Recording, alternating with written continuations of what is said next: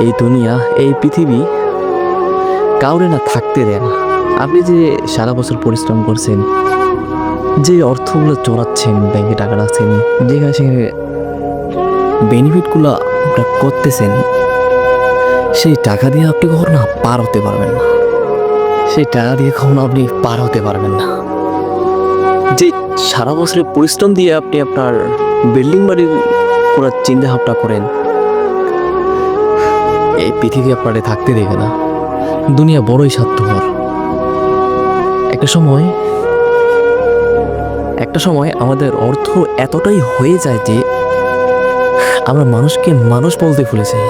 তখন না পশুর মতো হয়ে যাই আমরা। আসলে একটা কথা মাথায় রাখবেন, এই পৃথিবীতে আপনার আমার অহংকার ভাবায় না।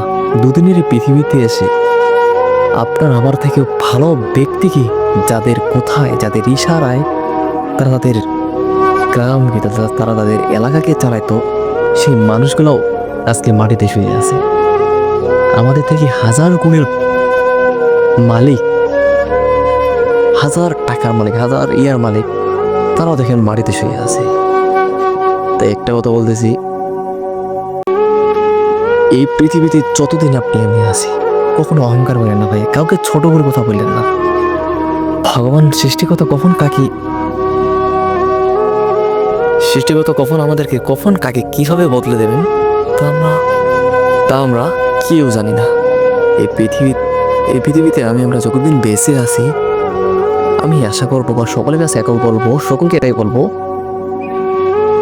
সবাইকে একটু সম্মান করবেন, ভালোভাবে কথা বলবেন, সত্যের পথে চলবেন, সৃষ্টিকর্তার দিকে ফিরে আসুন, সব কিছুই ঠিক হয়ে যাবে।